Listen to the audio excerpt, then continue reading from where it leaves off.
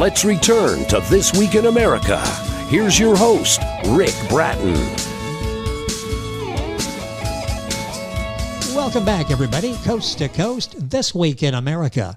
The Cube of Space Workbook Revised Edition seeks to make the cube a symbol that illuminates the esoteric meaning of the Hebrew alphabet and the major arcana of the tarot more accessible to students of Qabalah and tarot. As author Joy Nur worked with this symbol, she found correspondence with directional attributions in a variety of traditions. Joy has been a student of Qabalah and studied tarot since 1978 as a member of the Builders of Adytum. During her studies, meditation on the cube and its tarot correspondence brought her rich insight. The insights are already unique in many levels, but she still continues to grow her spiritual practice as a member of the international Sufi community. Marilyn Joy Nur, author of the Cube of Space Workbook Revised Edition, is our guest on This Week in America. Joy, welcome to the program. A pleasure to have you with us. Thank you, Rick. It's a pleasure to be here. Thank you for having me. Our pleasure, and I've been looking forward to this interview, a fascinating book that you've written, and you'll explain to all of us and hopefully help us as we put things in perspective and make our lives better. Let's start with the basic. What is the Cube of Space? What is this exactly? This is an ancient Kabbalistic diagram. There's very little written about it. It was a word-of-the-mouth thing. The cube has 6 faces, 12 sides, and we have a center point and 3 rays from that center point creating the cube. And this relates to an old Kabbalistic idea that God created reality from the center with 6 permutations of his name. And so that visualizes 3-dimensional reality as a cube. And then each of the lines, the faces, the coordinates are all related to a Hebrew letter. And Hebrew letters are all related to the majors of tarot, and they're all related to astrological symbolism. And so this is a symbol of reality, 3-dimensional reality. And studying it can help you see more aspects of reality than the one you're just looking at in the present moment. It's fascinating. Our guest on the program is Joy Nur. That's N-U-R. The book is The Cube of Space Workbook, Revised Edition. You'll find, by the way, her website is marilynjoynur.com. You'll find the book wherever books are sold. Of course, information on our website, thisweekinamerica.us. How does the Cube of Space use Kabbalistic symbolism? Explain that, if you would, please. The most common Kabbalistic symbol is the Tree of Life. And the Tree of Life also is attributed to the Hebrew letters. And sometimes the cube is considered the sphere of Malkuth on the Tree of Life, which is the bottom, which is the physical realm. It also has all the letters, Hebrew letters correlated to it. So anybody that studies Kabbalistic symbolism can relate to the Cube of Space, to tarot, to astrology, to the Tree of Life, and to many of the relationships in Qabalah is just a system of symbols that take you to the underlying meanings of the spiritual teachings. We're talking with Joy via Skype, and the video portion of this is on YouTube. You can Google that or go to our website, thisweekinamerica.us, click on videos and see the interview with Joy. The book is The Cube of Space Workbook, Revised Edition. Joy Nur with us on the program. That's N-U-R. How is tarot related to the Cube of Space? What's that relationship? We just use the majors of tarot when studying the cube. That's not because each um, line is related to one of the tarot keys. And the each line or space in the cube is related to particular tarot key. And then the tarot keys are symbols that illustrate Kabbalistic principles. That's how they were created in the first place. And so by looking at where tarot is located on the cube, and by looking at the relationships with the tarot keys that are on the cube and, say next to each other, Yes. or flowing from one to the other, you can both understand tarot more deeply and understand the cube more deeply. All of this and so much more in Joy's book, The Cube of Space Workbook, Revised Edition. Information on our website, and Joy's website is marilynjoynur.com. Information there. You can order the book there as well. How does astrological symbolism relate to the cube of space? There are 12 lines on the cube of space, the edges of a cube. Each one of those is related to an astrological sign. There are 6 faces on a cube, and each one of those is related to a planet, the personal planets. Like Mercury is the top face of the cube, and the moon is the bottom face of the cube, for example. And then the center of the cube is attributed to Saturn, and the lines from the center to the faces are attributed to the outer planets, Uranus, Neptune, and Pluto. And so this gives you a sense of the relationship to astrology, and also it illuminates another meaning of the astrological symbols. Fascinating, and all of this is in Joy's book, and the book is The Cube of Space Workbook, Revised Edition. I put workbook in there. Why is it called a workbook, and what does that actually mean? If somebody's thinking, I don't quite understand workbook, explain why it's in the title and what this actually means.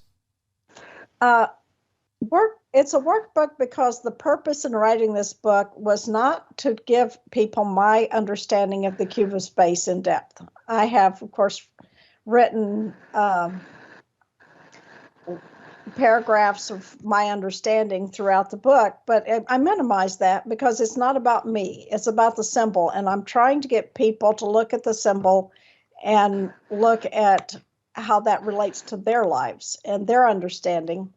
And so the book is full of questions to ask you to look at different aspects of the cube, to ask in the relationships, so that you can develop your own understanding. And there's a lot of space in the book for you to write your own notes from meditation or study in the book, so that you can develop. So the cube has meaning for you personally, your own meaning, not elaborations of my meaning. Exactly. So it's workbook, but it's in a good sense. It's sort of interaction that the reader can take with the book and with your writing to make sense and to make it relatable to them. The Cube of Space Workbook, Revised Edition. Joy Nur, N-U-R, is our guest on the program. So how can I relate the cube of space to my life? Probably people listening thinking, I'm fascinated by this. How do I make it relevant in my life? If you have a problem in your life, you might look at the cube and see if you can find out what's stuck in the flow of energy in the cube. For example, I was talking to somebody who was having a real hard time in his life, and everything was looking difficult for him. And I pointed out that the circumstances of his life were a combination of the results of his previous actions, which was related to the northwest side of the cube, and the principle of justice, the Tarot Key 11, and the uh, his response to what was happening, which related to the north below, and that was leading him to the west, which is his present circumstances, which were very difficult to look at, but had a meaning behind was designed to show him something, and that gave him some insight as to how he could where he could look for answers. We also have the fact that from the center, it's like God's consciousness goes above and below and results in our expression of self-conscious awareness and subconscious awareness. How do those relate? Do you have a problem with that's carrying in subconsciousness? Then it's going to relate to the tarot keys on the bottom of the cube. East and west are related to creative imagination and outer circumstances, which is what creation looks like. It starts in the mind and manifests in the physical. How are you using your mind to create? That is a way to look at the east and west faces of the cube. North and south are about enlightenment and activity, or understanding. What are you doing? And why? How do you understand the results of those actions? And so that's all of life, Yes. And so you can see how all these things relate on the cube. We look at them at one thing at a time, and mostly we look at what's happening right now, or what we want to happen in the future, or whatever. We wonder why it's not happening. The cube shows you all the relationships. And so it gives you an opportunity to see maybe what's blocking what you want to happen, or where are you actually going with Yes. what's going on in your life. Excuse me. Go ahead. Finish that thought, because what you say is much more important than what I'm saying. So go ahead and finish your thought there, because you're changing lives. I'm just interrupting them. So go ahead, give me your final thought there.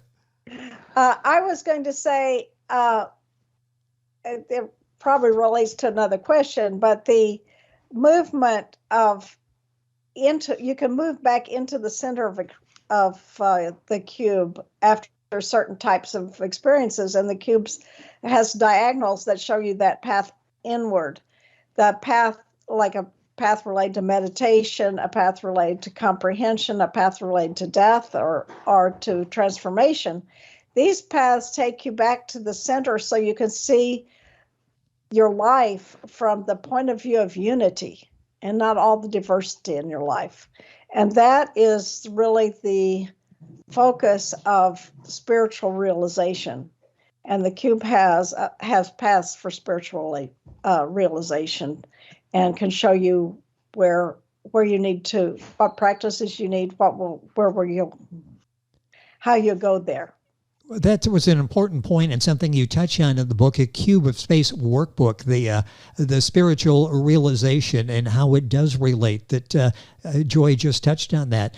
Where can you get more information about the Cube of Space? People maybe listening, maybe familiar with it, maybe not, but now they are and are more interested. Where can they get more information?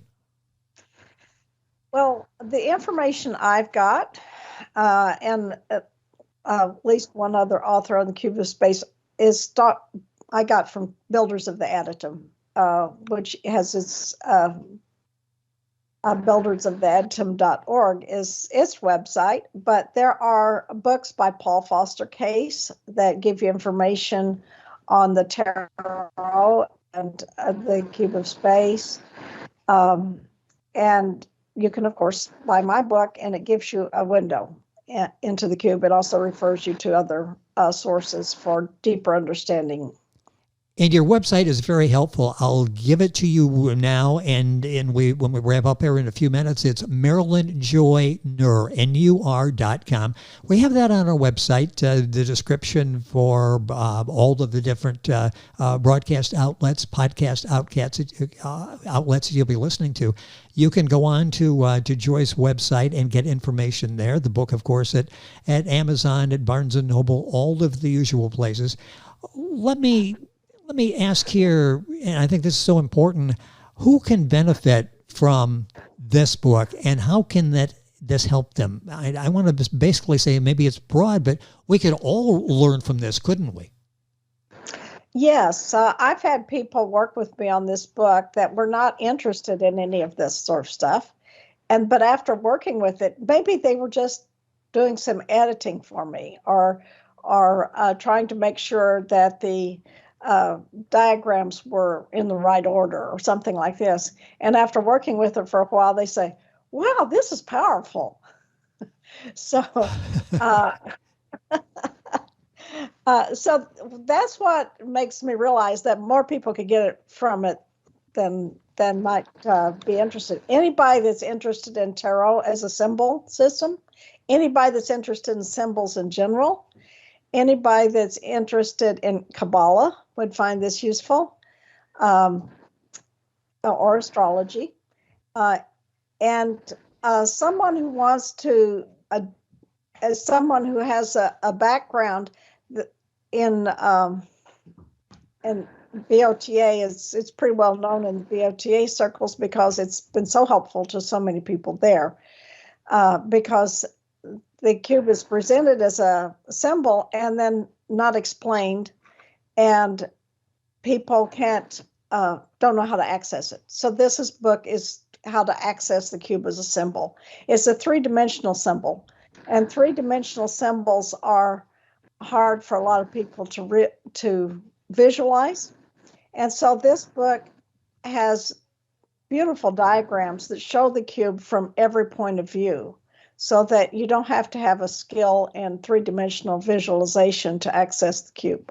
You've done an excellent job in the workbook. It's designed to offer readers the opportunity to make their own discoveries. You will give them some seeds along the way to sort of give them something to contemplate and to guide them, but you will let the individual make their own discovery. What's that like when you hear from people and suddenly their life is better after discoveries they've made by reading the Cube of Space? Well, it's gratifying. I had someone recently say, well, I was trying to figure out, I was looking at tarot and it didn't really make much sense to me, and I couldn't figure out how it related. And I opened your book and I read that first paragraph and I said, oh, suddenly it was all clear. Oh, that one had a title like, what do you want? Because each section I've given a little spin on the way to look at it. And it was, that's really what was going on, and I hadn't even thought about it. Now I understand this. I got a handle. So that's when it's a minute or so left here. I want to talk about your background very briefly, but someone would say, okay, what qualifies her to write this book? You've been studying this, I believe, since 1978.